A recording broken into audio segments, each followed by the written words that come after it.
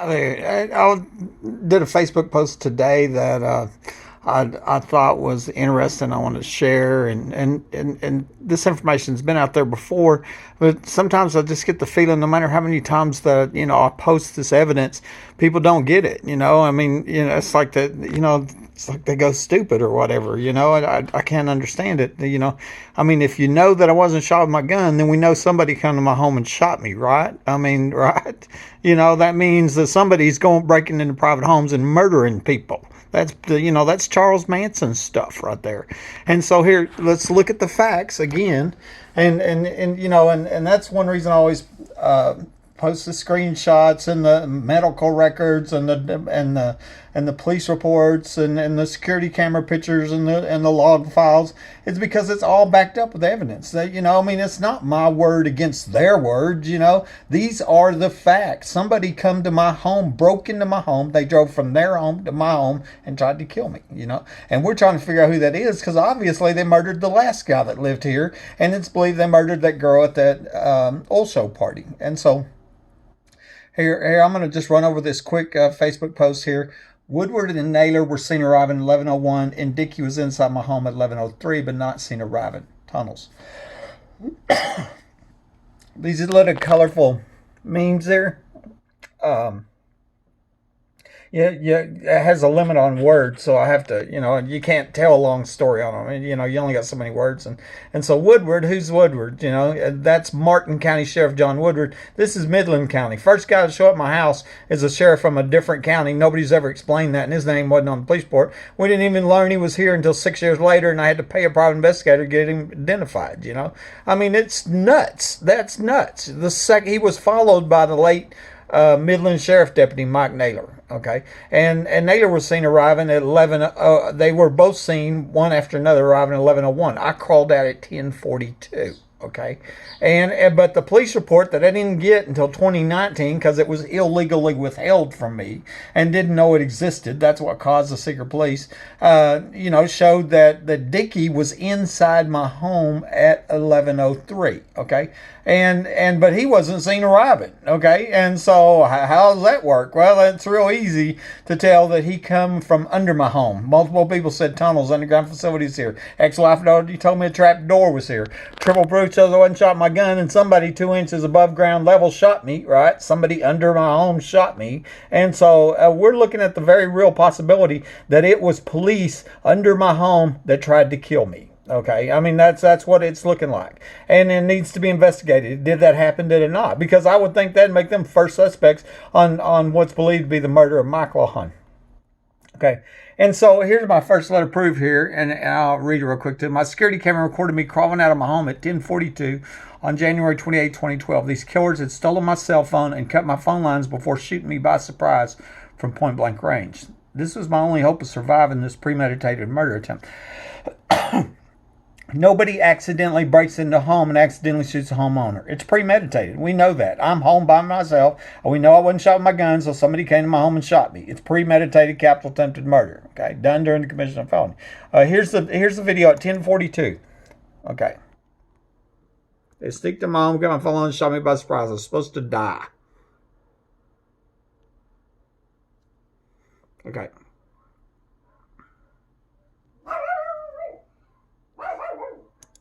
And so there I am, 10:42, and like I said, the reason I had to crawl out is because it cut my phone lines. And then 11:01, 19 minutes later, my security cameras record Martin County Sheriff John Woodward and late Midland County Sheriff Mike Naylor, Deputy Mike Naylor, arriving. They were identified by Empire Private Investigations in May 2018 for a reward of $2,000. First time in the history of America, crime victim offered a reward to catch police or to identify police caught on camera in a capital murder attempt. Nobody else was seen arriving before these cameras were disabled at 11:22, another 20 minutes later. And so here we can blow that up, And here it's from my security camera. 19 minutes early, it showed me crawling out because my phone line's been cut and I've been shot by surprise. This guy shows up, and then this guy right here shows up right behind him. Right, it took years to get them identified. I mean, several years later before I figured out they were sheriff because of what they were wearing, tan uniforms. And we're gonna see them get out of the car here, right there. Boom, see them? So they're wearing tan uniforms. But like I said, 6 years later to get them identified. And come to find out they were Woodward and Naylor, and that was part of my deal. And so they wasn't dispatched. Their names wasn't on the police report.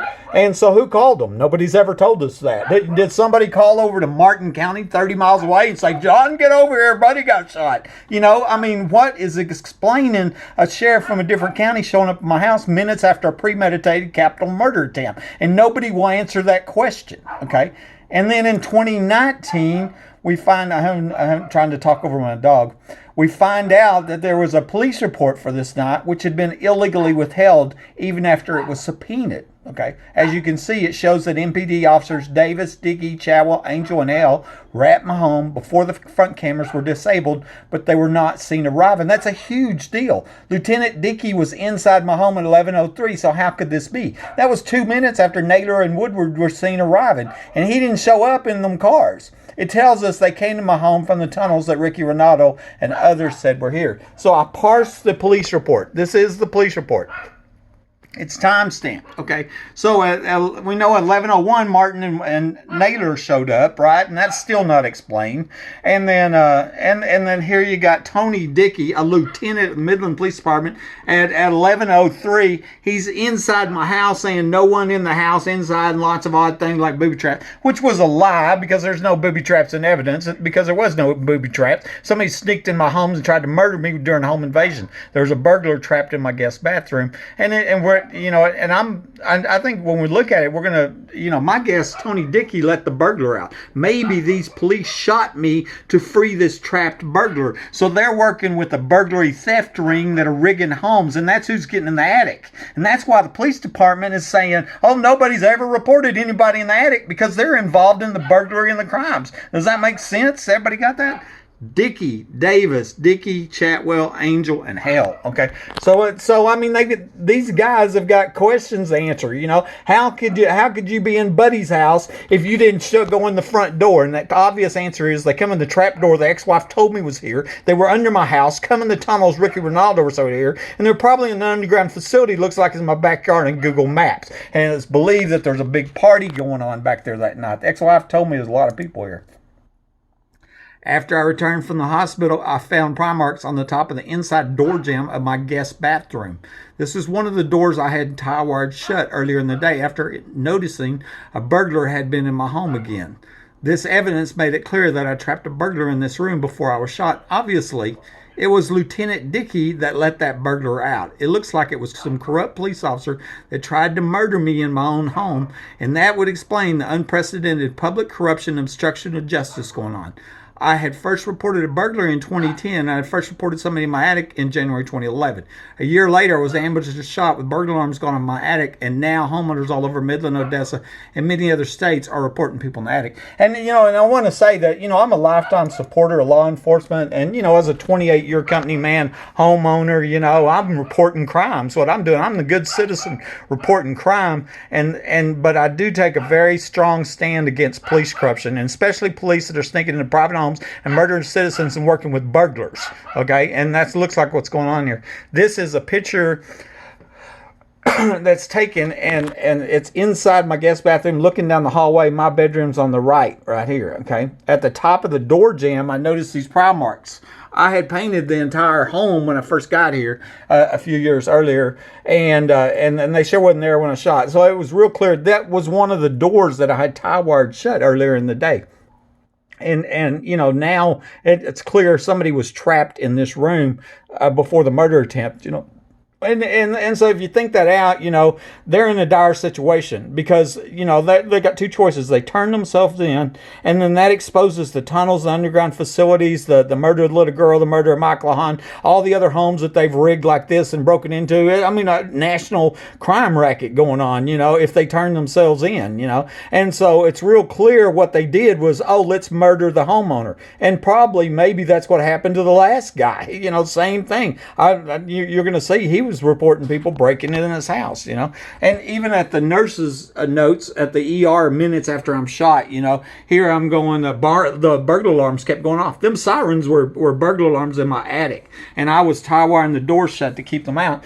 And I first reported somebody in my attic a year before I shot, and I had burglar alarms going on in my attic. Now homeowners all over Midland, Odessa, Texas, and other places are documenting reporting people in the attic. This is police corruption to the nth degree. And like I said, I feel for the good police that don't break into homes and murder people. They're the ones that get the bad name. It's the bad cops give the good cops a bad name, and I believe they endanger their lives. I believe that Dickie and Chatwell, Angel Hale, all of them, from their choice to become lawbreakers and to be involved in these crimes and never man up, not one time have they manned up and told the truth, they've endangered the lives of the good police officers that are trying to uphold the law. Okay. At 11:03 p.m., April Chandler was at the hospital filling out this emergency detention form. The police report timestamps show she wasn't there, but clearly she falsified them.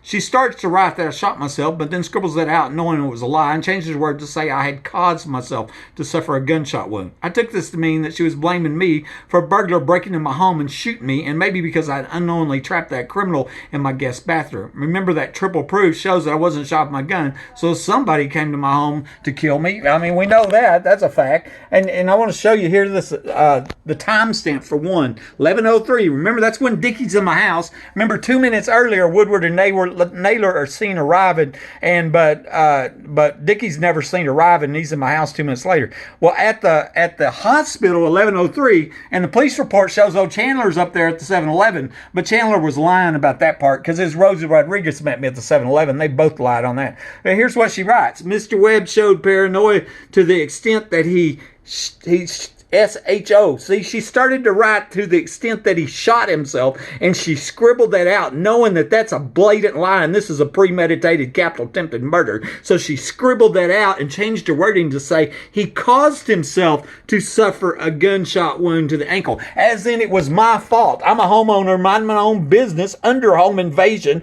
Burglars been breaking in my home for over a year, and I caused myself for somebody to break in my home and try to murder me. That's what she was saying. And that's one reason her wording has made me suspect it was some corrupt police under my home, and probably at that party or whatever, and they were involved with the human trafficking and all that going on down there, and the burglaries and the thefts and all that. And then I trapped that burglar, and so then they were given the choice. Okay, do we go arrest everybody? They got to arrest themselves at that point, and so maybe they made the choice to kill me and call it an accident, make their friend rich. Okay. Let's look at the names which have been identified so far. The list on the left is from Empire Private Investigation, and it shows the name of the 11 secret police that were identified in 2018, 6 long years of hiding, okay? This is while I'm having death threats, people breaking into my house, and many people coming to me, I'd sell that home with you. You got two choices, sell or die, And that's what's going on. They're trying to terrorize me from my home because they're trying to cover up murders is what they're trying to do. The next list is names from the long withheld police report that I didn't get till 2019, okay? And then the next column is the second entry to my house on February 1st, and it's kind of interesting when we look at these names here. I'm going to show you the names of these police officers secretly identified by Empire Private Investigation. Now remember, I paid $2,000 and offered a award to identify the secret police, and that's when Empire Private Investigation named them. And some of the interesting ones here.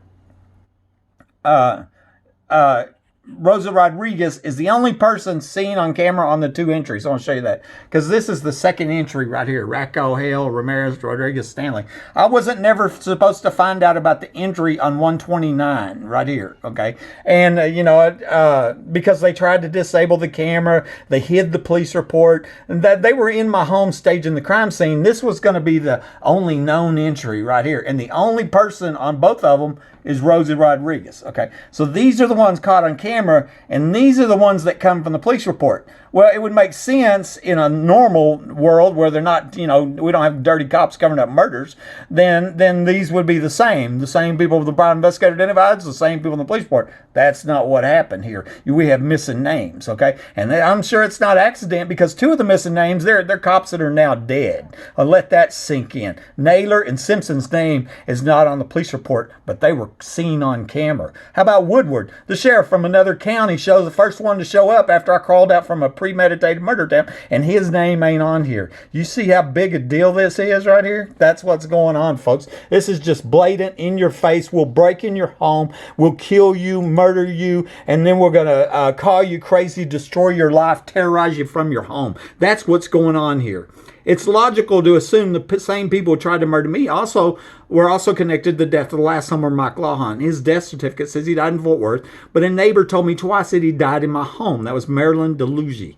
This was confirmed by a second and revised death notice posted by the Odessa American on October 18, 2008. It looks like they're killing one homeowner after another. Okay, so here's Mike Lawhon, the previous owner, young previous owner, 27, two little boys, dies a couple weeks before I transfer in town as the next unsuspecting victim, or better known as sucker, right? They sold the house to the next sucker, and then started planning my murder.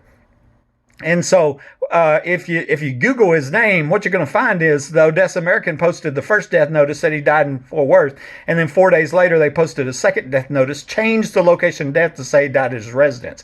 And that's the same thing as the neighbor told me, Marilyn DeLuigi. Obviously, Mike Lawhon was murdered here and carried to Fort Worth so they could sell the home to the next sucker. Also interesting, he dies the week before the 2008 oil show starts, which I'm sure is significant since it's now believed that the underground facility in the backyard was used for the oil show prostitution parties. Okay, and this message I just recently got from a friend, and I didn't put her name out there, but she told me she's a friend with one of Mike Lawhon's friends, and he was telling her he felt like people were in his house and he knew people were in his house. Okay, so he was reporting burglaries at least to his friends before he died, and I wondered if it were reported to the police department, but the police refused to give me them records. Okay, I requested the records for Mike Lawhon and trying to investigate because obviously that's another murder connected. And who would be the top suspects? Davis, Dickey, Chadwell, Angel, and Hale, Rodriguez, and Chandler. I mean, they should be your top suspects for the underground facilities for the suspected murder of Mike Lawhon, premeditated murder attempt on my life, and all the crimes there. I mean, they're caught laying on police reports. How come we can't get them identified? I found out today Rosa Rodriguez is still a detective and still working. Let that sink in.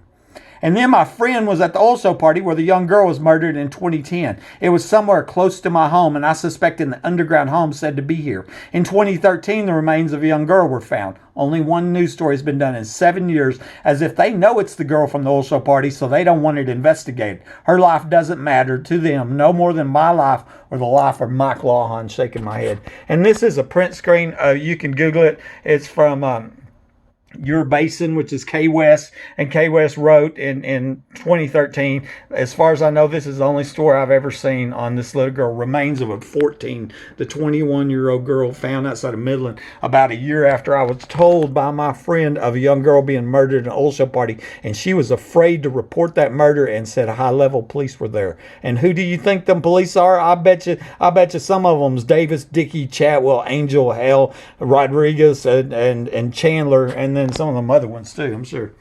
Okay, here we go. We don't have a problem with evidence. We have a problem with incredible and blatant public corruption, obstruction of justice. I wonder how many others they've killed and we don't know about. And I just created this GIF yesterday, which it's only 1 minute, and it just shows a picture, and it has at the top a description, and then it shows. And what I'm doing, I go to Google Maps and I put in my address, 3802 Fair Circle.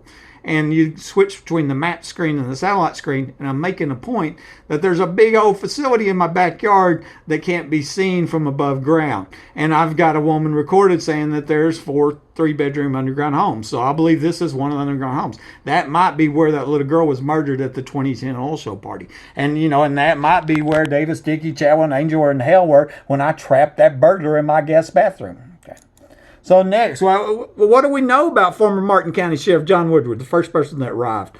and his name was not on the police report, so we know. But we know he's here from the private investigator statements. He wasn't dispatched from Martin County, as this is Midland County. He was married to Devin Sanchez for a while, who was a reporter for Newswest 9 CBS 7. He made the news in 2013 after getting drunk with an inmate while getting a satanic tattoo called Santa Muerta. After leaving the sheriff job, he was later arrested on assault charges and pled guilty in 2019. And there's a link to a news story. Okay, so that's the first guy who shows up in my house after I survive a murder attempt. Sheriff from a different county. Nobody's ever explained that. What do you know about the late Midland Sheriff Deputy Mike Naylor? Okay, and so Naylor's name also wasn't on the police report. But he was the second one showed up. I heard he was friends with Woodward, so Woodward might be able to explain how come Naylor followed him in. And so, according to the news, he was killed while serving a warrant in October 2014. Interestingly, a second secret police, Chad Simpson, whose name was also not on the long withheld police report, died just 2 months after Naylor did. And supposedly he murdered his wife and killed himself. So really we have two secret police that are now dead, died within 2 months of each other, and neither one of their names are on the police report. What do you know about that, right? And it looks like it's connected to multiple murders, okay? That sounds real fishy to me. And this is a news story about the gun Naylor shot was stolen, etc., okay? Triple proof shows that I wasn't shot with my gun. Okay, I've showed that over and over and over again. And that I had to pay to get the secret police identified, which took 6 long years. We now know that 5 police officers somehow got into my home without coming through the door. It's easy to see they were under my home, and it was somebody under my home that tried to murder me. And the ex-wife had told me there's a trap door here. This is from a previous owner, Ricky Ronaldo. I used to live in that home. Oh, yeah. He said when I was a kid, there was tunnels under the house. Me and my brother used to go in them, right? This is only one person, I just got a brand new report yesterday. There was a couple interesting ones. A woman said that back in the 70s or 80s that it was in the news, them building these underground facilities, and they were calling them salt domes for oil companies, but the people working here were saying they were homes. That's what I've got a print screen of a woman just telling me that. And that's on top of all the other people who said that. And then I had another person tell me Vice President Pence was in town for the oil show parties. But I have no confirmation on that. You'd think, somebody had looked that up, but everything around here is pretty much unprecedented. And then lastly, just recently that we had a sheriff's election, and I recorded sheriff candidate Joe Lozano as saying that the former late sheriff Gary Painter used to hang out down there, hang out in the underground facilities, and which would be in my backyard, and maybe that explains why Naylor, Midland Sheriff Deputy, was the second one to arrive. That looks like Painter knew about this, and then 5 law enforcement officers just left the sheriff department. I wonder if it's because of this, and that's why. It's Buddy, Midland, Texas.